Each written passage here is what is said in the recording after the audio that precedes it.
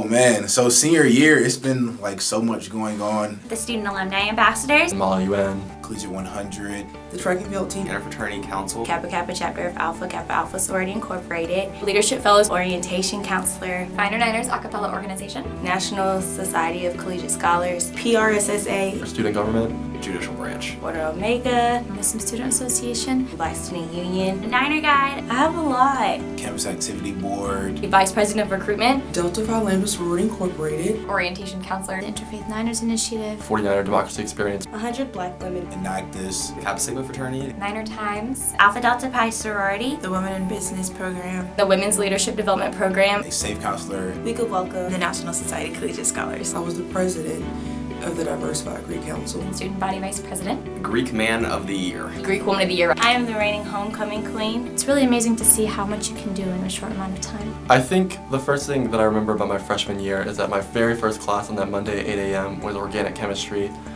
with a professor who's notoriously really difficult. And he stormed into class and he yelled at people who were late, and I was very scared. I wasn't sure if every class in college would be that intimidating. I just thought I was gonna go back to class and come back home and eat, and that was about it. And that changed so much, and I found who I was as a person. Leadership is not just holding a position, and it's not just telling people what to do. In fact, that's really easy. And I want to be someone that isn't just standing behind the crowd telling them what to do, but is in front of them leading them and really showing them the way, showing by action and leading by the way that I would want somebody to lead me. I started getting involved in different organizations, and from that time to now, I've definitely grown. I've used my voice better, and I'm more confident in myself and my leadership skills.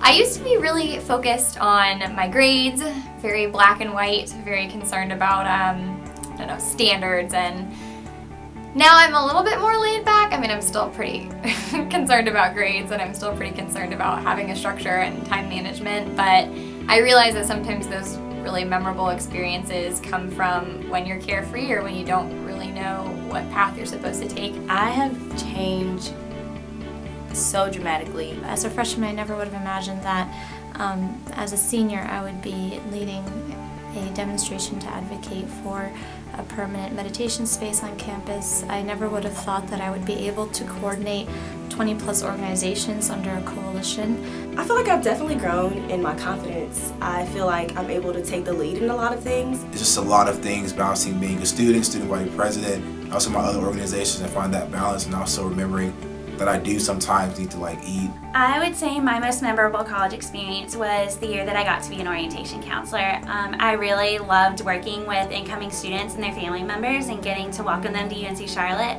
And I also really experienced a lot of growth during that year and a lot of positive changes, and so I'm really grateful for that experience. got involved with SGA through the judicial branch. I learned a lot about accountability, and I tried to bring that to my student organizations, particularly to my fraternity and to the Interfraternity Council. And I got to watch them run home on bid day to their chapters and kind of watch them start their Panhellenic journey and see where they're going to go, because those were the women that are going to be leading our campus and leading our community in a few years. So it's a really amazing experience to get to see them start that journey. I remember Bob Olson, who was the head coach, sending me the email and just looking at it like, oh my gosh, this is really happening. So basically with nationals, it's the top 16 athletes that go in the nation, and the fact that I was a part of that and I was coming in number 14 was awesome. So I went there, and not only did I PR, but I PR'd 3 times, one after the other. Hillary Clinton came and spoke on campus. She was in the quad where the bell tower formerly was. It was a really beautiful afternoon. I was able to stand in a section where I was able to shake her hands. And it was just really interesting to see a national figure come to our campus, speak to our students. There was a lot of civic energy around that event. And I'll always remember kind of that evening and how much fun we had. Bonnie Cone was this huge innovator. It went from Charlotte College to UNC Charlotte.